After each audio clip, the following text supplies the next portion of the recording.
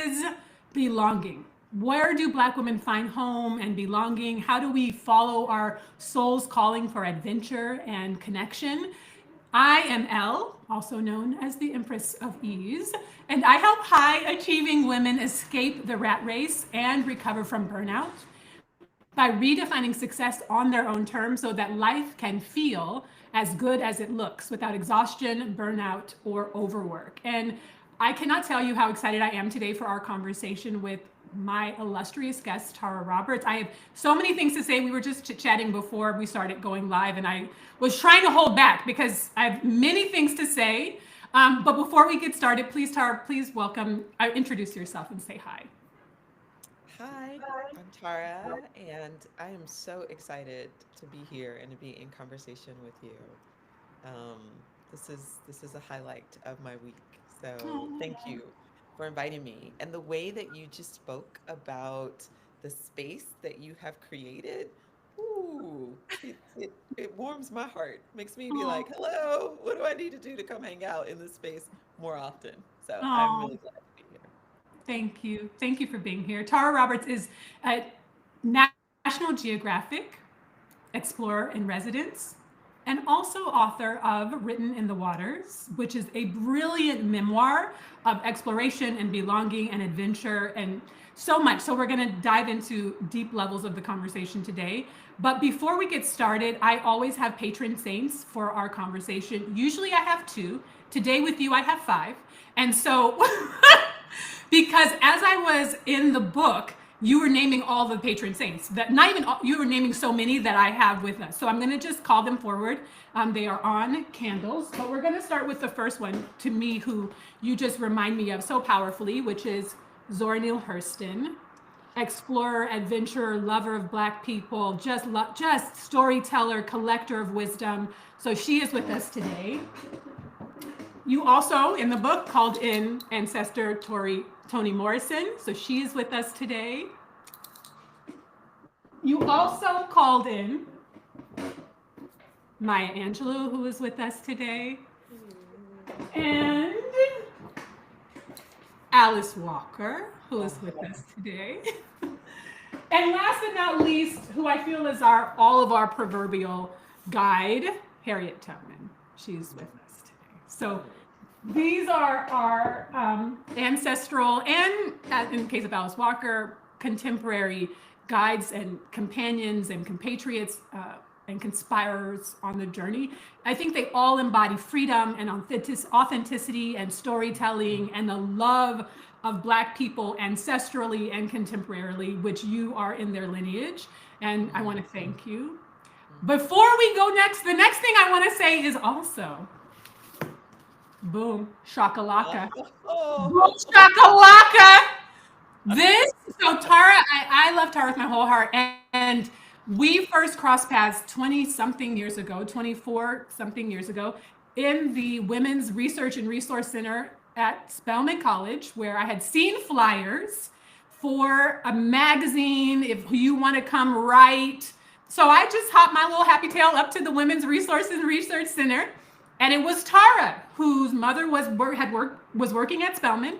And Tara is a writer and a publisher and an editor and all this, and was starting Fierce Magazine. And this is the first edition. This is the first, what are they called? Not edition. The first issue. Issue, thank you. Perimenopause does things to the brain sometimes.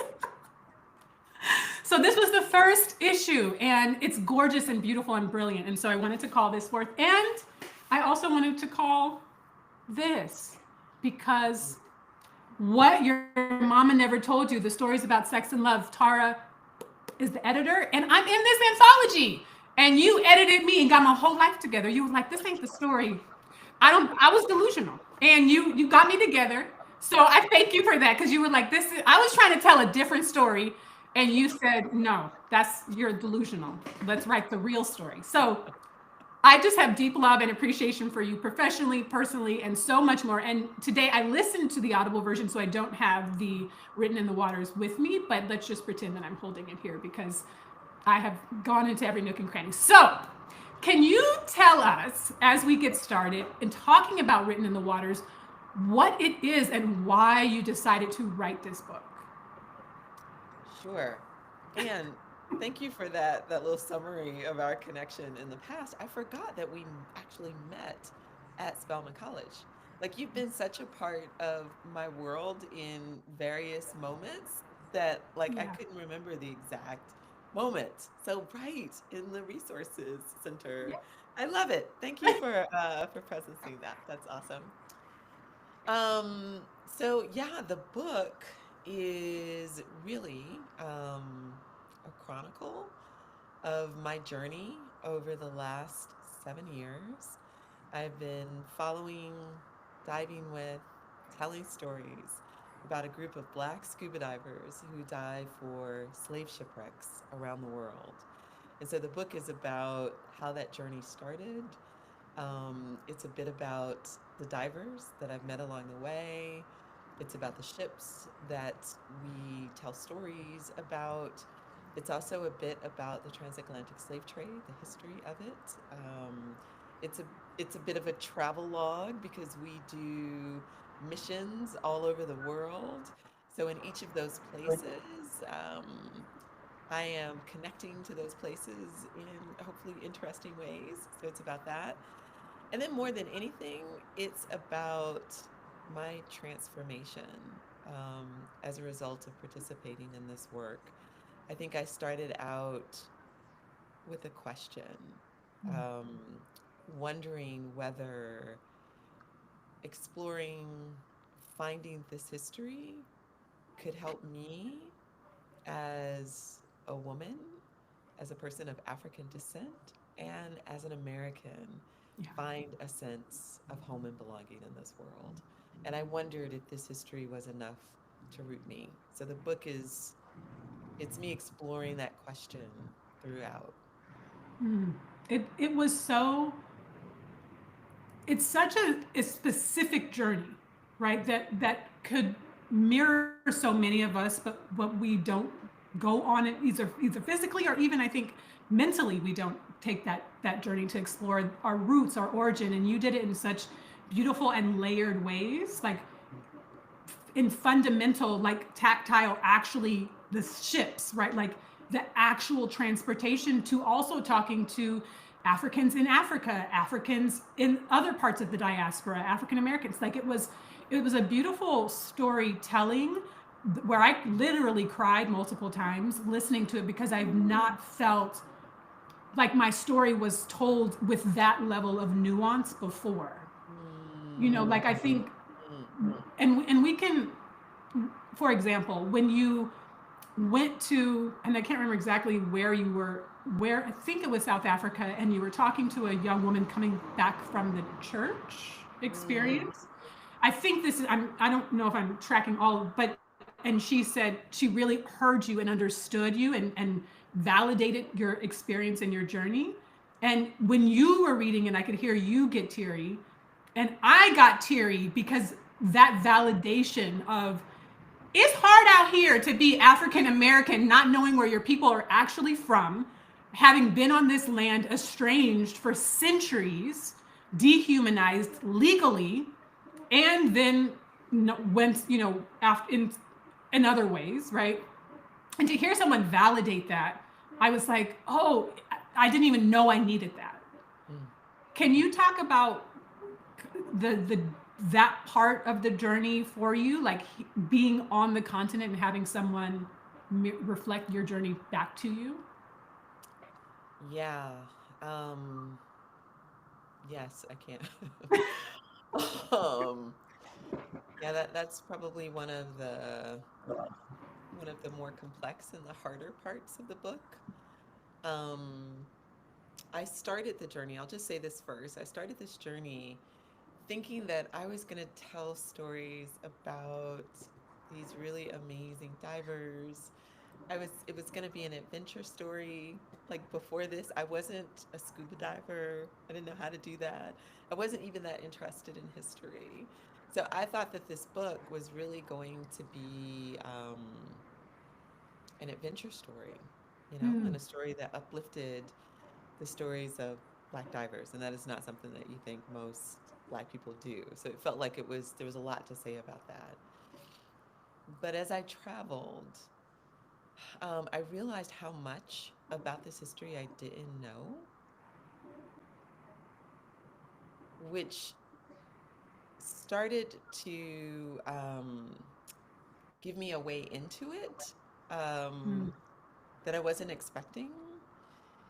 And we did missions in the US, we've done missions in the Caribbean, in Latin America. But when we went to Africa, and let me say, like, I have traveled to the continent before, I have lived there before. I am not a neophyte traveler to Africa. But on this journey, because I had finally gotten away back into my story, my history, I think I went to the continent just feeling like, oh, is this going to be a moment where I am embraced? I get to find my Mm. ancestors, like I am connecting to this continent. But when I went, I found that actually wasn't really the case. Um, I'll say it this way. I think that there's a way that African Americans in particular relate to Africa that is an Africa of the past. Yeah. And Africa has moved on. Like there are many, many other things that have happened since the 1600s and the 1700s that really shaped its identity. But I think when we come there still stuck in this moment. And it's because this moment hasn't really been reckoned. Yeah. Um, so yeah, I went there expecting people to deal with me like that, and they were not. So What the would that moment, have looked like if they did deal with you like that? Like, what did you imagine? And Tara, before you respond, I'm feeling a little. I just want to make sure we're on my channel. I just want to make sure it's doing what it's supposed to do. Because the okay, we are okay, good. Okay, we're live. Okay, please continue. it's good to check. It's good to I check. had some tech drama yesterday, even afterwards. So okay, please continue on. So your question was, what would that have looked like? Yes. You referenced Maya Angelou, who is somebody that I got a chance to know just a little bit in my capacity as editor. I was an editor at Ebony magazine, and we did a story on her that took me to her house, where she really blessed me and delivered a lot of wisdom. So just I love that she's the candle in the background and that she's present. I feel like she is present during this conversation. But one of the stories that I heard about Maya is she went back to the continent. I believe it was in Ghana, and she was Mm. there and she was in a market. And Maya has a very distinctive look.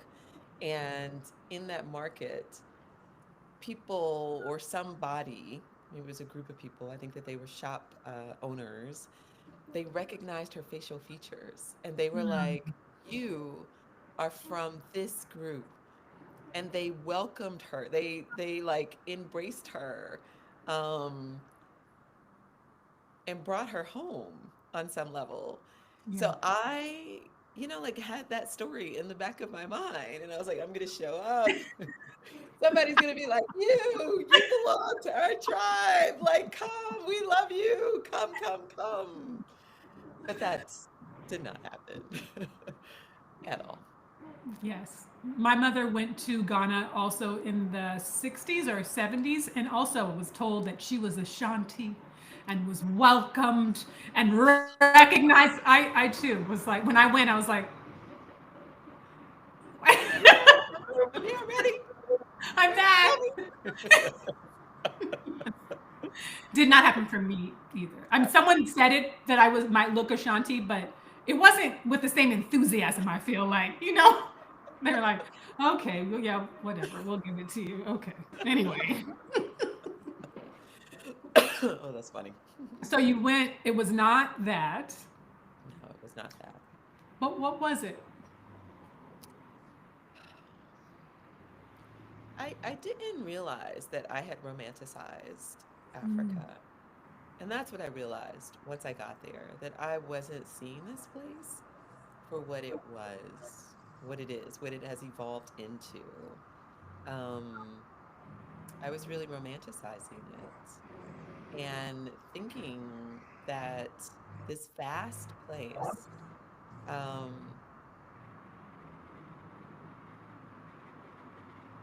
would find me and connect with me. But I realized, like, as somebody again who's traveled there, who's even lived there for a little bit, I realized that I was seeing it as this one thing. Mm. But Africa is huge. It's 54 countries, over 2,000 ethnicities, or it's either 3,000 ethnicities, 2,000 languages. Like it is diverse. It is big. It is complicated. For me to think that I'm going to come there and suddenly people are going to be like, oh my God. Yeah. And I also don't think that I had really reckoned with Africa's history around the slave trade and Yes. really given myself time to know exactly what that history was. And I'm still learning because it's a big, complex history that was, like over 400 years. Um, Yeah, there's a lot to say. There's a lot of conversation that I think, and it's not just African Americans, it's Afro Caribbeans, it's Afro Latinas, it's Afro Europeans. It feels like there are many conversations that all of us can have with each other. This is big business. Like the slave trade wasn't just about white and black. Like it involved a lot of different types of people um, who came at it in a lot of different kinds of ways. Yeah. And there is, I think, a lot to sort, a lot to heal around. Um, it feels like there are a lot of conversations that can be had. Yeah. Yeah.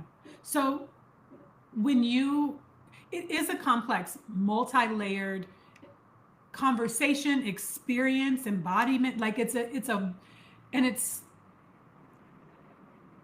there's so much unresolved trauma and unresolved grief and unresolved pain, not just in our generation, right? But our elders, our ancestors, like who really had to claw themselves so that we could be able to even have this conversation, so that you could go on this kind of recognizance journey of return in a way, right?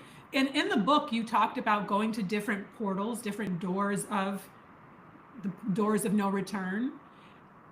What was that like as you're contending with, because I feel like all of my questions have like thousands of layers. I mean, in the asking of them, because there's so many. It's, for example, what I was going to say was like, how did it feel to go into the door of no return, right? But it's not that simple, right?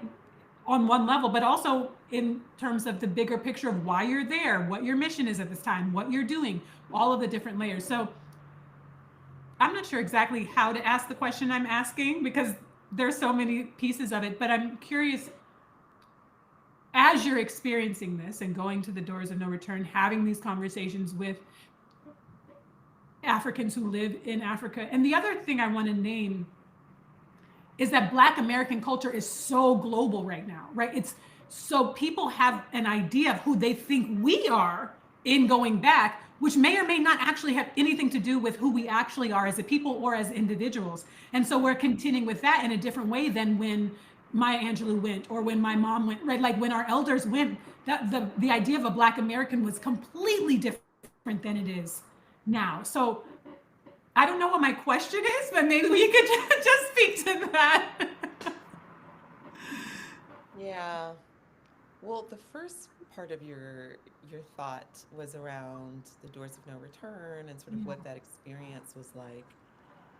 And I mean, this is again, I think, an example for me of what I didn't know.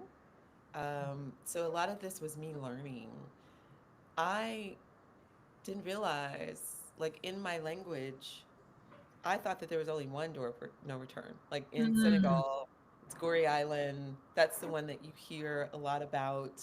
That's the one there's a lot of attention around.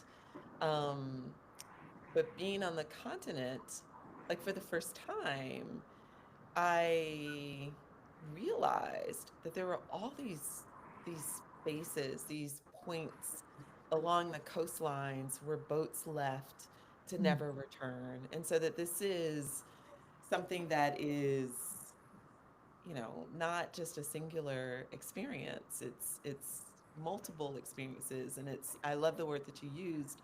It's multi-layered. I remember being in Mozambique, which was it was the first place that I went with the divers.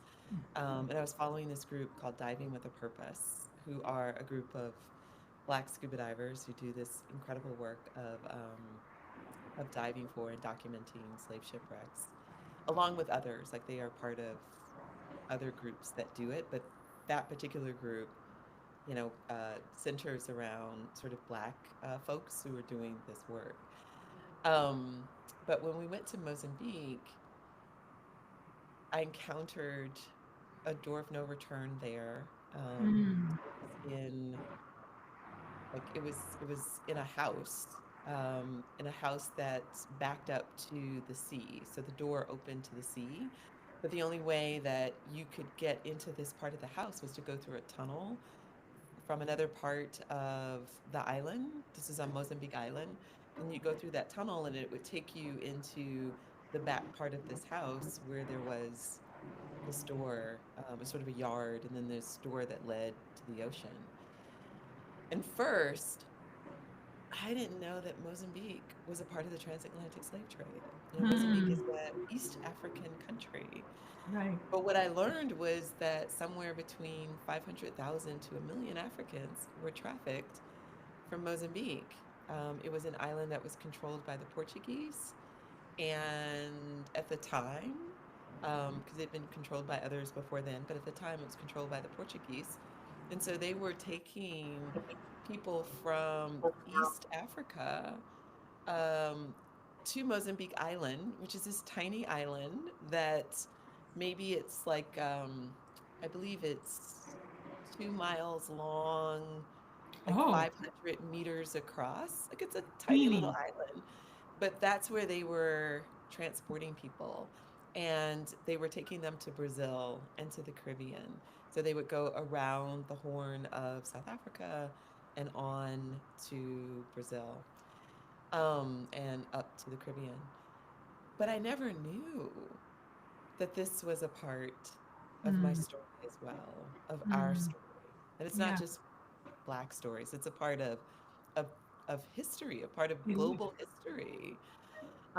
So to learn all of these things, like my understanding of this moment in time just continued to deepen and deepen in ways where I was like, I didn't know this. I didn't know this. I didn't know this. Mm. Um, yeah. I don't know if I just answered any part of that That's question, but we that's, just yeah. talking. This is because Yeah, it's so layered and like there's no simple answer and there's really no simple question, right? Like it's because you're doing ancestral reclamation for centuries, right? So this isn't a simple conversation. This isn't a simple topic. It's not a simple journey that you are on. And I think you also that's also why the book is so brilliant because you did it in such a way that it makes sense, right? It feels coherent. It feels like I'm on the journey with you. It doesn't feel cluttered or clunky. It was really masterfully and artfully I was like, oh, this girl's a writer. This girl's an editor. She know how to tell a story. It was good and compelling, right? Like it wasn't oversimplified, it wasn't whitewashed. You told hard, uncomfortable truths about the slave trade, about the enslavement in Africa and the United States, and your own journey, right? Your own family journey, your own relationship journey, the complexities of all that. So I think that we can both give ourselves permission to ask and answer incomplete questions and answers. It's okay. okay, I love it. We don't have to try and simplify this at all. Okay. Okay. Yeah. You reminded me what Lonnie Bunch said to me, and Lonnie is the founding director of the National Museum of African American History and Culture in Washington, D.C., and now he's the head of all the Smithsonian museums. Um, and I interviewed him a couple of times, or at least I interviewed him. And he said, I don't have the quote exact in my head, but its essence was good history is good storytelling.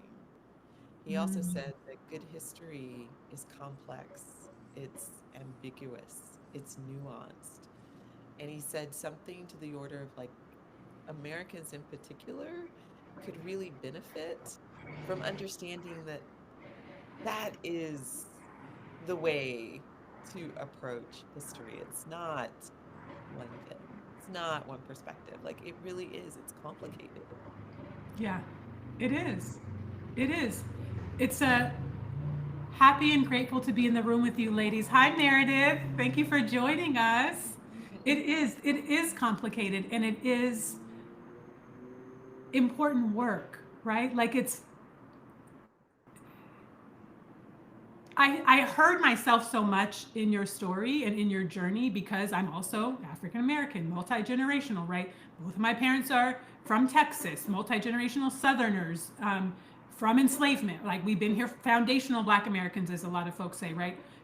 We've been here, and so, some people only want to own the American experience, right? I've heard some people say, I don't know where I'm from. I don't know those people. They ain't my people. I know this land, which okay, that's one thing. But the fact that you are going and have gone and went um, to Africa and throughout the diaspora, right? Not just Africa. You went to different parts in the Caribbean and in South America to explore this trail. I was going to say Trail of Tears. I feel like it is our version of the Trail of Tears, right? Like it's our a different kind of trail of tears. Um, is powerful work. It's ancestral work and it's healing work. Yeah. And to contend with that and then create something out of it, not just for your own journey, but for to create a book from it, is a powerful gift. So thank you for that. Thank you for saying that. Mm-hmm. I definitely feel like I was called to this work. And I also don't feel like I'm the only one that's been called to this work. I think lots of us have been called to this work, and lots of us are showing up and doing the work in different ways. But it is time. Like it is time for us to heal this space. Like it has been a wound that is just festering for far too long. Yeah. One thing that I want to say, just to sort of characterize my experience over these last 7 years, this work, even though um, you're definitely facing hard truths, um, hard history, and at the same time, it's also beautiful history and history that makes you feel proud and strong.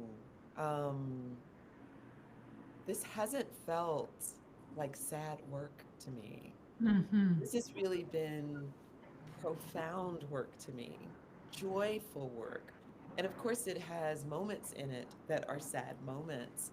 But ultimately, I just feel so honored to be bringing stories of the ancestors back Yeah. into memory. And that really is what this work is about. I don't know if you knew this stat, you probably read it in the book, but just for those who haven't read the book, who might be listening, um, and I didn't learn this until I started this work. So it's not something I grew up learning. But there were approximately 1.8 million Africans who died just in the crossing. And we're not talking about the number of people who died on the march to the boats or the number of people who died once they arrived and were enslaved. Just in the ocean, 1.8 million people. I didn't know that number when I was growing up. I didn't know that. When I learned that number, I wondered, like, who's acknowledging that?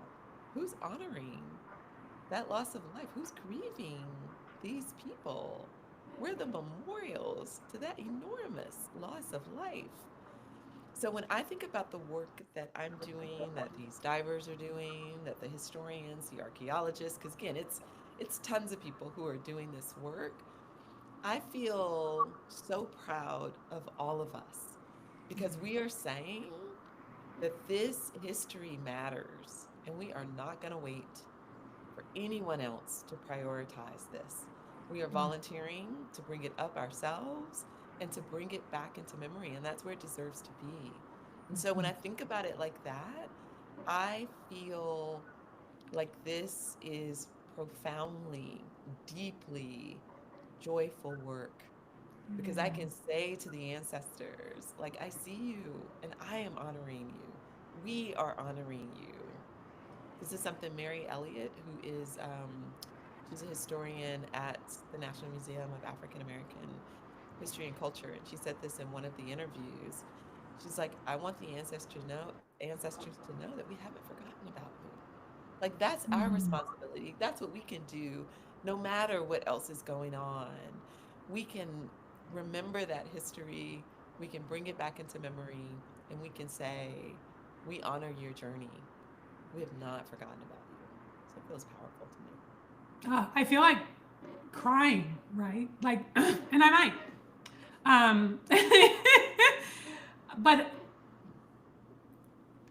first, I just want everyone to get this book, read this book, listen to it on Audible, wherever you, however you access books. Please get Written in the Waters by Tara Roberts. It's a gorgeous telling of this because when you say acknowledging and honoring the ancestors, part of what you also do is acknowledging and honoring your ancestors on this land, right? It's the diaspora, it's the whole continuum, and that is what I found also deeply healing, right? It's not separate. It's all connected and all continuous from Africa, diaspora, the Middle Passage to here. It's all this story, right? It's all the same story. It's not Yes. truncated and chopped up. So, Yes. can you talk about the power of that and why? Yes. Yes. Oh, I love that you brought that up. We often talk about this history as Black history. Um, when you're globally in the world, for whatever reasons, people think it's American history. Mm, Um, but it's not. It's global history. It's a global story. And a way to really understand the world, what we have today, is understanding this moment in time because it was that moment in time that shaped this world that we have. There's a way that Africa would not be where it is today if not for the transatlantic slave trade. But it's also true that Europe would not be where it is today if not for the transatlantic slave trade, which again is true. North America and South America would not be where they are today if not for the transatlantic slave trade.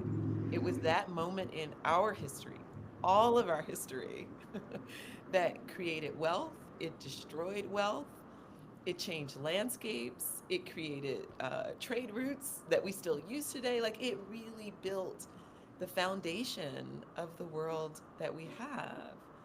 But we are not understanding that history in that context. So part of the work that I feel like I've been given to do is to help build that narrative, to help us see it. And I'll say this, that the reason why that feels so important to me is because I think it gives us an opportunity to shift the narrative of the past.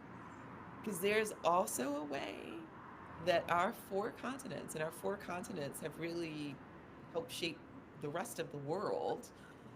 Our four continents, again, Europe, Africa, North America, South America, we are forever interconnected because of the trade. If you just think about the transfer of cultures, of religions, of philosophies, of people, of Yes. goods. Like we are a part of each other in a way that we can't undo now. So part of my thinking, part of what has become more and more apparent to me is if we could actually acknowledge that connection, if we could see it, if we could lean into it, could that change how we think we're responsible for each other? Could that change how we think about each other? So it feels like this work of looking into the past is not like my intention is not to sit inside of the trauma, the pain, the tragedy. Like it is important for us to acknowledge that, to Yeah. see it for what it is or what it was, but it is time for us to move through it. So we need to look at it. And then what other kinds of conversations can we have once we have finally honored it and acknowledged it? And I think that is a lot of where the pain comes from. It's in the fact that it's not fully acknowledged, that it hasn't been honored. But if we do that, does that then allow something inside to exhale? Let's, like acknowledge that some Terry McMillan right now. It's waiting to exhale, not necessarily for love, but for ourselves, for our own lives, for our own being. Like, you know? Yeah. And then we Yes. can move from there. And then we can move. I that's why the conversation I mentioned earlier in the book, where the woman was acknowledging your experience and our collective experience as Black American people. Like I see you, right? Like I get that this is not it. I felt an exhale in that part. Like, oh yeah, okay, because I think Black Americans, and I could be wrong. Y'all let me know in the chat. Tara, you let me know. Let me know. I feel like we globally have the reputation as being like the problem children of the world, like the problem blacks, right? Like we're the like, and so I just feel like that's our reputation. It's not the reality, but that's kind of the public reputation right now. And so to hear that kind of like compassionate recognition, like this cannot have been easy for y'all. It probably is not easy for you now. I was like, oh, someone gets it. Yes. Someone sees us. And what you have to say, just to give context to that moment, is that Oh, before that, I'd hung out with this young woman. I'd been invited to a church service in Pretoria, and it was a church service for New Year's Eve. And I was like, I'm in South Africa. Yes, let me go and experience this. So I go. It's a wonderful experience. It's amazing. And afterwards, the pastor gets three people from the congregation to take me to my Airbnb in Johannesburg, and I end up in the car with these three young people. Um, I'm like old in middle age now, and so these folks are in their early and mid 20s. And I ended up having a conversation with the oldest young person in the group, a young woman named Anna. And Anna and I had a little bit of a heated exchange because Anna did have, and she verbalized some of her criticisms of African Americans. And she said this thing that really hurt, to tell you the truth. Like it was really hard to hear.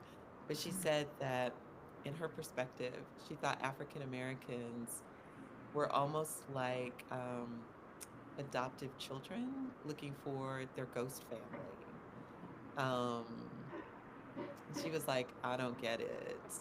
Uh, and that was really hard to hear from her in that moment. But then she and I connected some months later. I called her up because that whole like looking for it was really sitting with me in a hard way. Um, and I'll say this too before I tell you what happened when we spoke. But in between me speaking to her a second time, I had connected with a friend of mine who lives in Senegal. And she said this quote that we still haven't been able to figure out who originally said this quote. It's Mm. attributed a lot to James Baldwin, but we can't find any records that James Baldwin really said this.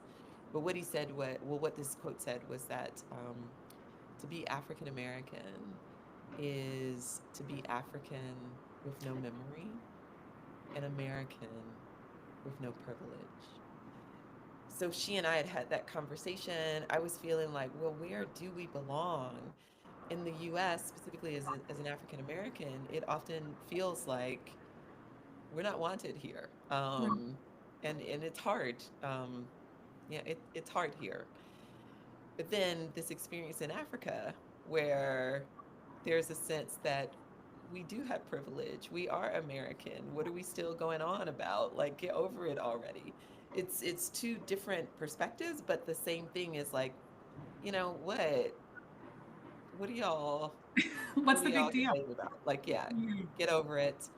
But neither place is a place where we feel fully seen and acknowledged, and that past has really been dealt with. So for her to say, you know, the ghost family, it was all weighing on me, and I ended up calling her back. We had a conversation, and that's when she said she'd been thinking a lot about it, and she said this on her own. She wasn't prompted by me, but she just was like, I need you to know that I do see you and I feel your pain. And to have someone from the continent say that to me in that moment, it just meant so much. Yeah. How did that land for you when she said that? What was the difference between that and her first statement to you? Like, how did it land differently for you? And the first one, I felt judged. I felt like she just didn't get our pain. She saw us as American again, and there's a way that I think I think this is true around the world. I mean, there's a sense like the U.S. is arguably the richest nation on earth. It's one of the most powerful, and we are from that place. Right. And she couldn't understand our struggle. She also was just like, again, slavery was a long time ago. Why are you not over it? It's a very similar conversation that we might have with some Americans who are also thinking that. So it was hard to hear from someone who looked like me, Mm. um, who just could not see what the experience has been like here. So then to fast forward, to have her of her own accord to Yeah. really think about it and to acknowledge what we have dealt with here. And that's not to say that there aren't amazing things about African Americans, aren't amazing things that we have created, um, amazing ways that we have brought love and joy and laughter to the world. Like there are amazing things that have happened, and it sits on top of this core of pain or trauma that hasn't been fully distinguished. You know, it hasn't been fully acknowledged. It's acknowledged in certain moments, in certain places, but like fully, like acknowledged in a non-stingy way. You know, like it's sort of like, all Yeah. right, fine, we'll give you that. And then come on, can we move on about it? So to have her actually say to me, I feel you, I see you, I do know your pain, and it breaks my heart. Every time I've listened to that, I recorded her saying that, and every time I listen to it, Mm.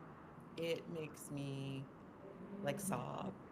So that tells me that there's still, you know, like there's still healing to be Yeah. done. And I feel like the last 7 years have helped me heal in ways that I couldn't have imagined. I don't feel angry or sad in the way that I felt before. Again, I feel more joy and just the pride in bringing this history back into memory. Before that, I felt it just felt like too tender to touch. It felt Mm. painful. It felt sad. I was kind of mad about it, About which part of it? about it all. Just mad Yeah. that it happened. Mad that the memory of it has been distorted or it's been Yeah. forgotten. mad about the experience of some of my ancestors, um, mad at the condition that is here, mad at the system. Like what, like just, I'm Man. mad at a lot of things, right? But now just being engrossed in these stories, which aren't just stories of pain, stories of trauma, stories of tragedy. They are also stories of resistance, stories of resilience, stories of survival. I think about what one of the archaeologists said to me, incredible person who you would have a lot in common with. You should like meet Ayana Fluellen, who Okay. is she's the co-founder of the Society of Black Archaeologists, and she's brilliant. She's an incredible person. Um, she was. She's also super much younger than me and much wiser. I think she helped me see a lot of things. But one of the things that she said to me is that she's like, as an archaeologist, I am not telling stories of death. I am telling Mhm. stories of life. Like that's what we're finding. We're finding out how they lived, how they loved, how they laughed. And those are the stories that we're telling. So there's such a way that Black folks' history, particularly Black American history, it often centers inside of the stories of death, the stories of trauma, the stories of tragedy. But our ancestors were human beings, and it is complex. Their stories as well. Like, it's not just one thing, it's not just lives of pain that Yeah. Black folks have lived. So I just lost my train of thought. I don't know how I got there, but That's all right. But that I okay now. Wait, where are my glass? Okay, I broke my glass.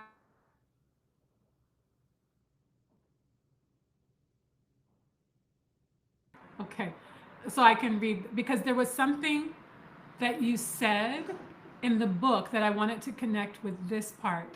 Um, the Dahomey people, when you were there, and I put this in something I wanted to talk with you about, and I don't know if you said this in the book or if this is just me interpreting what you said, but you said something about the sacrifice, the human sacrifices of the Dahomey people.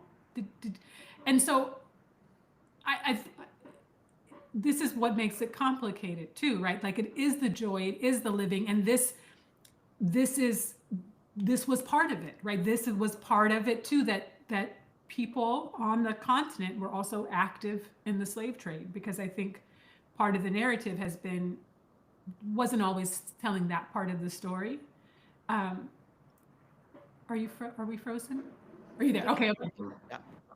Um, and so we get to you're telling full stories, right? You're telling the whole story. You're telling, and I'm sure there are more layers and nuances and things to tell that will always be, because it's humans, it's civilizations. Yeah.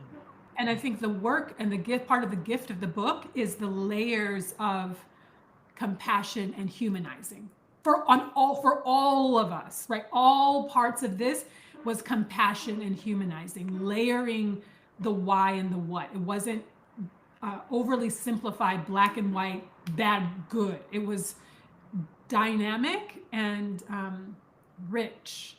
Yeah. What was that? Was this a process that you were doing as you were exploring and adventuring and scuba diving, and or was it something that you kind of sat with once you got home and started integrating the process? No, I remember on my first, like, so Mozambique was the first trip that I took with the divers. And I remember meeting an archaeologist, a Senegalese archaeologist named Ibrahima Chow, who is absolutely brilliant. He's a professor at the University of Dakar. And I was trying to, understand like, why are the people of Mozambique not like, hello, Tara Roberts, you're home. Let me like you. Like literally, I'm embarrassed now that I was like, Ibrahima, they're not loving me. What's going on? And Ibrahima said a couple of things. One, he was like, I don't know that Africa is home for is a geographical home for African Americans. And I was like, what? What are you saying? He was like, it's been too many years. Like it's just Africa has moved on. Um, but he also was the Wait, person. can I interrupt you for just a second? Africa has moved on. That's a big statement when so many of us are longing for that home, belonging, recognition, and it's like they've moved on. And I'm, nuance again, but it's just I just want to just pause for that statement because it's significant. It's a check, right? Like it kind of has to check us a little bit. So Yeah. please continue. I just Well, and I'll also say to that, I don't think like we as African Americans understand slavery. We don't understand colonialism. Um, correct. so after the slave trade, which, a number of African groups, ethnic groups, were actively involved in, um, their nations, they lost. They lost to the Europeans, and the Europeans colonized those places. And so a lot of the nations, have gone through civil conflicts. They have had to fight for their own independence, which was happening in like the 60s, the 70s, like not too long ago. Yeah. So again, what happened in the 1600s and 1700s? They are just like that's like ancient. History. Yeah, for us, it They're is not like, just oh sitting at my the gosh, shoreline it's our waiting for us to history. come back. Yes, yes.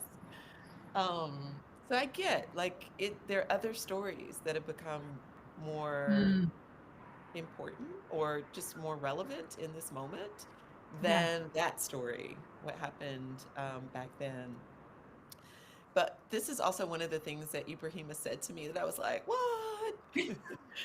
So he's done a lot of work in Senegal, particularly around that moment in history, like really understanding what was happening in the 1600s, 1700s. He's done a lot of digging for artifacts and really, like, again, understanding how people lived.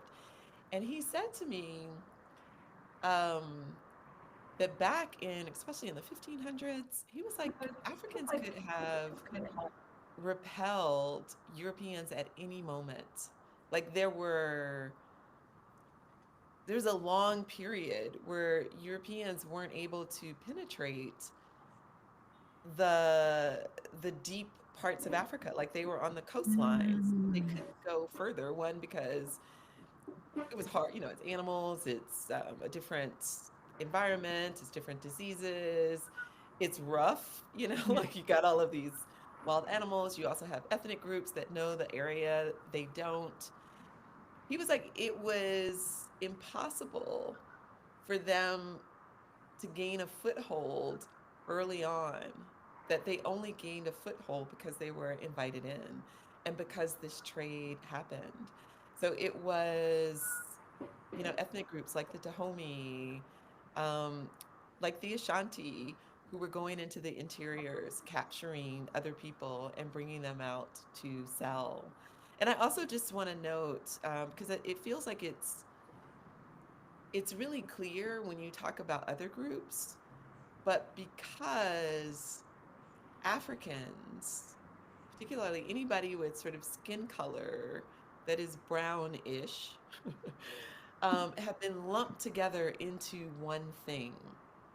So you've got millions of people, again, from different ethnic groups, speaking different languages, who are suddenly from the outside, those differences aren't seen and they're seen as one Mm, thing. But if you think about Europeans, you think about the Germans or the Italians or the English, they are clearly distinct groups that can be at conflict with each other. right. But even the way that we now still looking, and we know that Africa is a big, complicated place, we still see blackness as this one thing. But the Ashanti were not the Dahomey. Like, Right. it's like Germany and England Right. fighting. Right. But we have conflated them into this one thing, which also doesn't do service of the past when we say things like, oh Mhm. my God, Black people enslaved Black people. You would never say that about Europeans, like white people Uh-huh. enslaved white people. And slavery was happening everywhere in every single culture around the world. Well, I won't say every, but in a lot of different cultures around the world, slavery was happening. So it wasn't something that was new, but there's a way that we're still not distinguishing the complexity of Africa in the way that we look at that moment back in time. Yeah. I wanted to talk about that. Yes. Powerful. This is not directly connected to what we're naming now, but it is a question that, as I was reading the book, popped into my mind. So there is the story of at the beginning of your journey when you first start scuba diving, and I think this is when you're at the end, you're at the beginning of your journey, but the end of your getting your certification dives, and you encounter a triggerfish. Can you tell that story? I have follow-up questions, but I want to contextualize it for those who haven't read the book yet. So will you tell that encounter, please? Yeah. So I was in Sri Lanka, as you said. I was so for diving with a purpose. To participate in the training, you have to get a certain number of ocean dives under your belt, and it's 30 ocean dives. So I didn't have any of these dives, and I went to Sri Lanka and to Thailand to get my dives in. And when I was diving in Sri Lanka, I was diving on this really small boat. It was five of us. This is the the boat driver, the captain. There's an instructor, me, and then two other folks. I think maybe they were German. I don't remember. Um, but it was the four of us that were going diving, and so we go out. We did a two-tank dive, so we had a really successful first dive, and then on our second dive, we went down, and I was diving with the instructor. And at some point, they always go over sort of what the fish are or the marine life are in that area so that you are careful, that you know what you're looking at, and their symbols for the various marine life. But at the Like time, hand signals. yeah, symbols, so that you, if somebody does this, you know, oh, that's what they're telling me to take a look at. Um, but I was really nervous.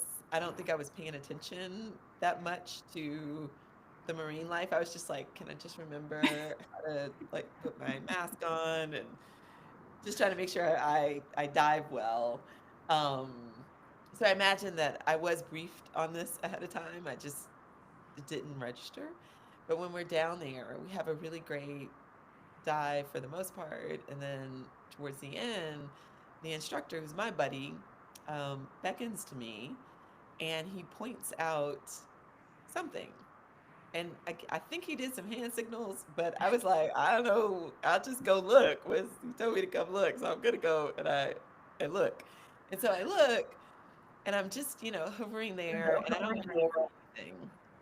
And so I back away a little bit, and then suddenly I see a little fish that is swimming toward me. And it's this cute little fish. It's all bright and colorful. It looked like Nemo. I was like, "Ooh, it's Nemo in the water. How exciting. Nemo's coming to talk to me. I'm going to have a magical moment I got a fish friend." So the little fish is swimming closer and closer to me.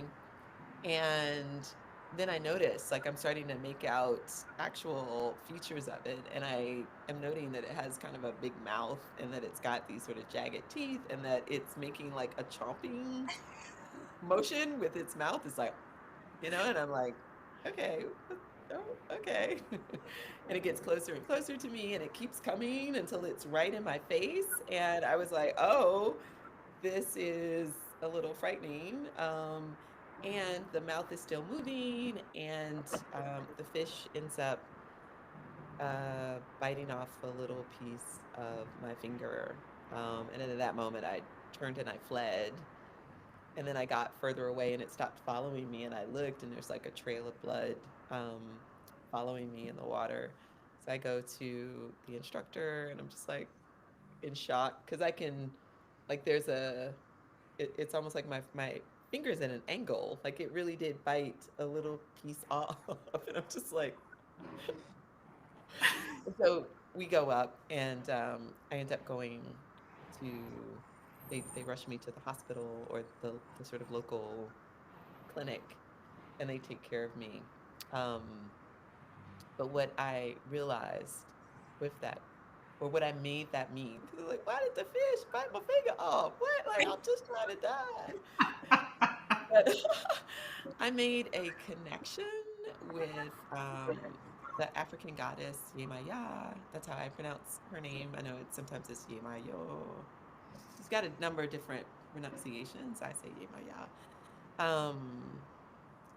And I just like it made me start to think about stuff like Lord of the Rings and these moments in books and in movies when people are about to embark on incredible adventures, where they often make sort of blood pacts or sort of blood sacrifices. And I just made it mean that maybe the ocean, because I'm diving in the ocean to help tell these stories and to bring this up, maybe the ocean required something of me in that maybe that shedding of blood was a deepening of this venture and a way for Yemaya to really wrap her arms around me and to protect me moving forward.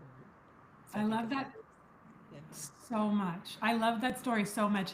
What you didn't mention here, but you did mention in the book, is that that kind of fish is called a triggerfish.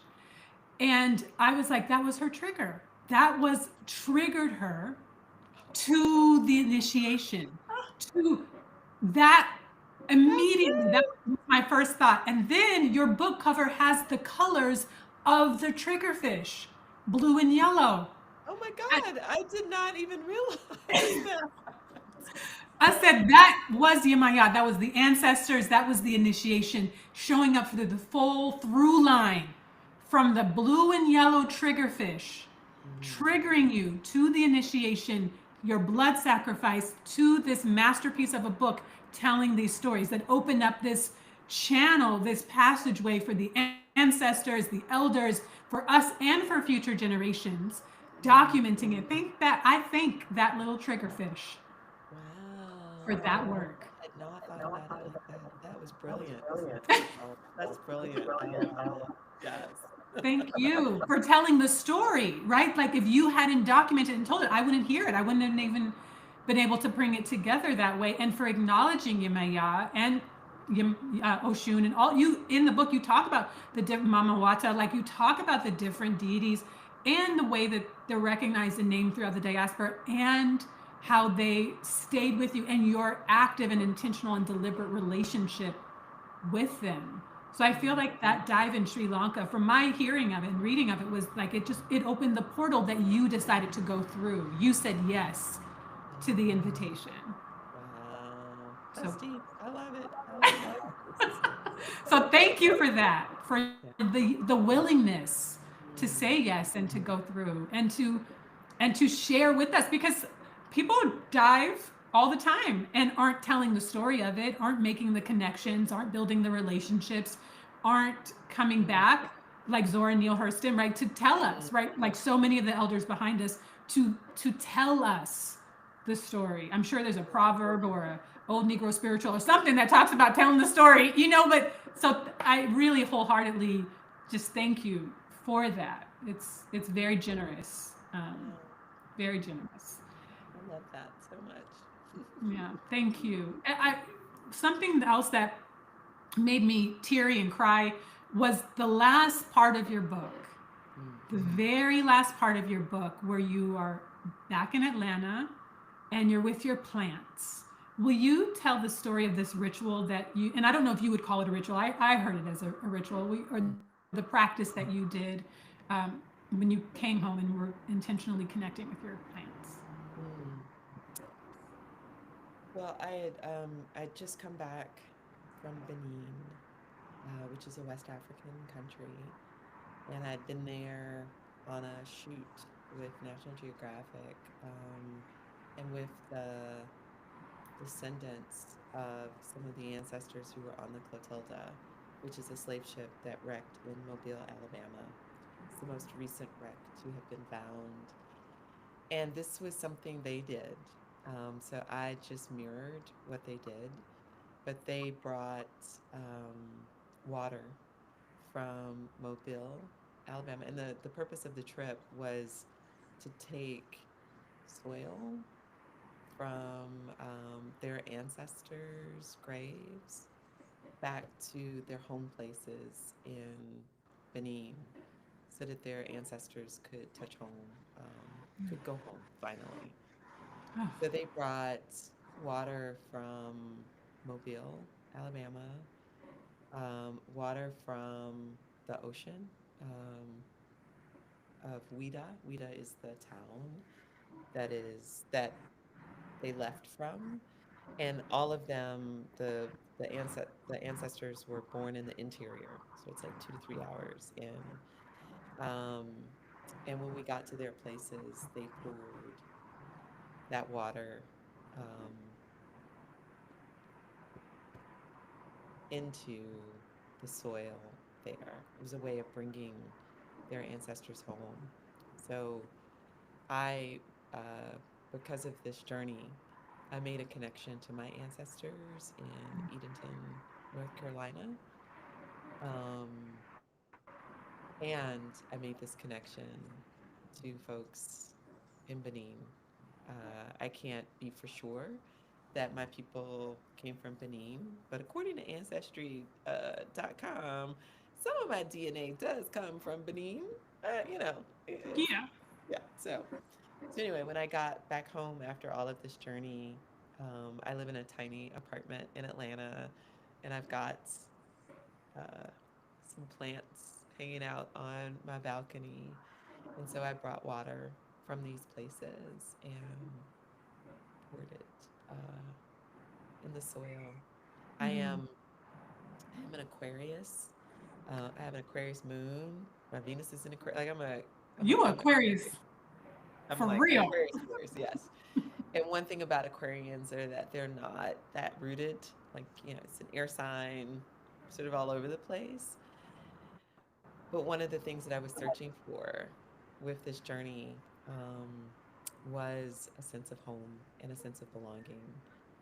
And so that ritual, I love that you called it a ritual, was an opportunity for me to root myself and sort of find my own place of home. And that's what Mm, that was up to. That's what we were doing. beautiful. Do you feel the part of you that was questing and exploring possibly relocating abroad again, because you've lived lots of places and traveled lots of places, do you feel like you are want to be in Atlanta longer term, or are you still kind of questing for home other places? It's a good question. Um, I talk in the book about my mother, and my mother I'm her only child, and she doesn't have a partner, so it's me and my mom in my immediate family, and my mother's here in Atlanta, and so I have just made the commitment to be here as long as my mother is walking this earth. Um, Atlanta will be home, and I feel comfortable with that. Like I grew up here. And I've always been like, I am never going to end up in Atlanta. I'm going to be somewhere else. But and it's partly because of this journey. There's a Yeah. part of me that, like, place does matter, but it's also like who's in your heart that matters. And you Mm. can bring them wherever you are. So place matters because my mother is here. But this journey gave me a way to access her family or I should Mm. just say our ancestors in a way that I'd never done before. And now I hold them here. So, yeah, like I feel rooted in Atlanta, but I just feel rooted in myself more now, which means that I could be anywhere in the world and feel this way. What and I know it might be hard to distill down to concrete things, but I'll ask it. What about the journey helped and helps you feel more at home in yourself? It's almost like somebody said this to me, and I was like, oh my God, you're so right. But somebody said that my journey reminded them of the journey in The Alchemist. Do you know the book, Mm. Paulo Mm-hmm. Coelho? He Mm-hmm. goes all around the world and Yeah. realizes that his treasure is right there at home. Um, what I did was I've gone all over the world and I realized that my treasure is right here inside of me, and that I was searching for a physical place Yeah. before. But one of the things that came up in the book, and I think this, it started with Ibrahima, the archaeologist from Senegal, really pushing me to think about Africa differently. And what he said to me, and this is something that is a thread throughout the book, is like, what is it? He's like, I think we're in a moment where we can ask ourselves, what does it mean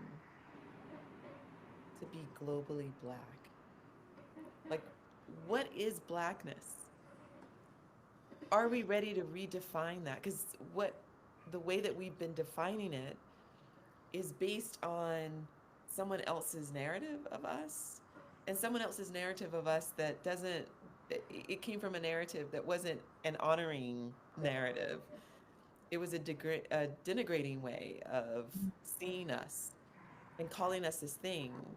And we've created a culture around it, and it's distinct. Like there's something that is distinctly African American, but then there's Afro Caribbean, there's Afro Latina, Afro European. Like they're all different, and maybe they've got threads that connect them. Mm. But what does that mean then to connect to Africa? Because there's African, and we've already Right. established that our connection to Africa is an old connection that doesn't really exist in the minds of Africans in the same way anymore. So Right. if we were to start to think about this newly, how would we think about it? And could this be a really exciting moment to redefine that?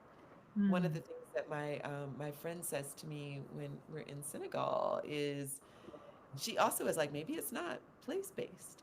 Like maybe, what it means for you to be globally Black is you connect with some badass Black women, like, or Black men who are doing this kind of thing or who have this kind of mindset. And that is the connection.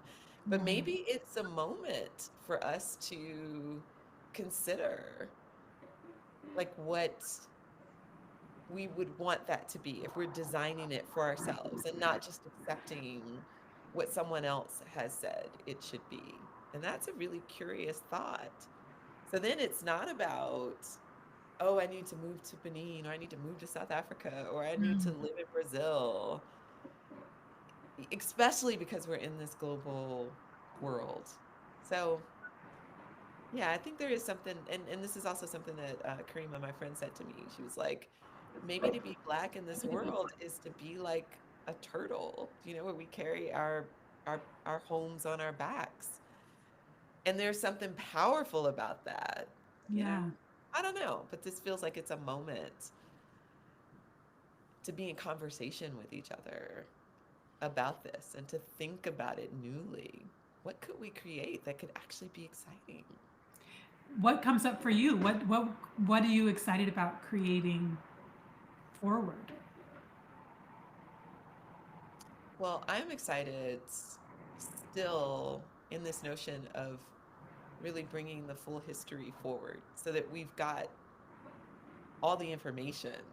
Like, and yeah, so that we know what has happened in order for us to create newly. And then I don't know what it looks like either, but I'm excited to be in conversation. I'm excited to connect with the continent in the present. And I have Mm. been making, like, since that trip, I have met a lot of contemporary folks who are artists and writers and creators and scientists, and historians, and who are fantastic. And there is like this diasporic community of people who are committed to this work in really, really interesting ways. And I feel a connection to Mm. them. And I also think that they have some really interesting solutions. So it's going to be amazing to just be in deeper and deeper conversations with folks and see what comes up.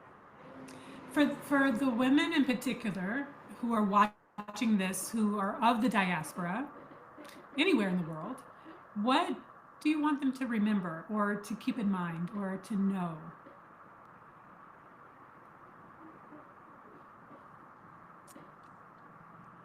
I'd say that this history, the transatlantic slave trade history, is not just Black history. It's not just American history. It's global history. And we are a part of a really wide, big, global community. We're not alone. Um, that's the first thing. I'd say the second thing is that, like, I started this work kind of mid-career, and I left my job. I like stepped out on faith to do this. Again, I was not a scuba diver, wasn't that interested in history, but I felt called to this work, right? And I ended up, I quit my job. I didn't have funding, I didn't have an assignment. I just felt like I wanted to do this. Uh, and it led me to places I couldn't have imagined. So I say to particularly all the women that are watching this, like it is never too late to follow your curiosity, to Hmm. step into your passion. It's never, ever too late. Beautiful. Yeah. Thank you. Thank you. I want to, you reminded me of something also in the book about following your curiosity and your passion and your determination is that you name in the book that you didn't get the fellowship or the grant the first time, right?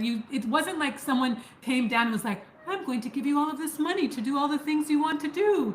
You were focused and determined and had ups and downs about it, right? Like sometimes you felt discouraged, sometimes you felt like you were going to keep going, and you did keep going. And I just want to throw that into the pot too. It's not too late. You are part of a collective whole, and keep going.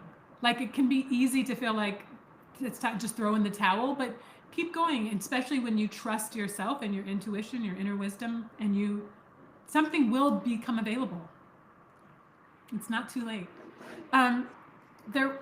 Wait, let me look at my notes because there was one more. Did I get? Boom. Oh, okay. Maybe this will be the closing out question. I'm going to read the comments because I see some questions in there. In the book, you said, when. Hold on. Let me put my glasses on. I'm trying to read. That's not going to work. Hold on. And I Okay, love here we that go. those are your glasses. Those are your reading glasses. Of course they My are. other I glasses, love it. my non sunglasses broke, and I thought they were right here, but I don't know where they are. So I you said when are we the full version of ourselves? When were we whole? And I think that is the journey. That's the ultimate journey. How do I be and embody the full version of myself and the wholeness of myself? That's in context, in history, in truth, in story. All of that is the real calling. Yeah. Thank you for modeling that for us so beautifully. Okay. That's an exclamation point. That is yes.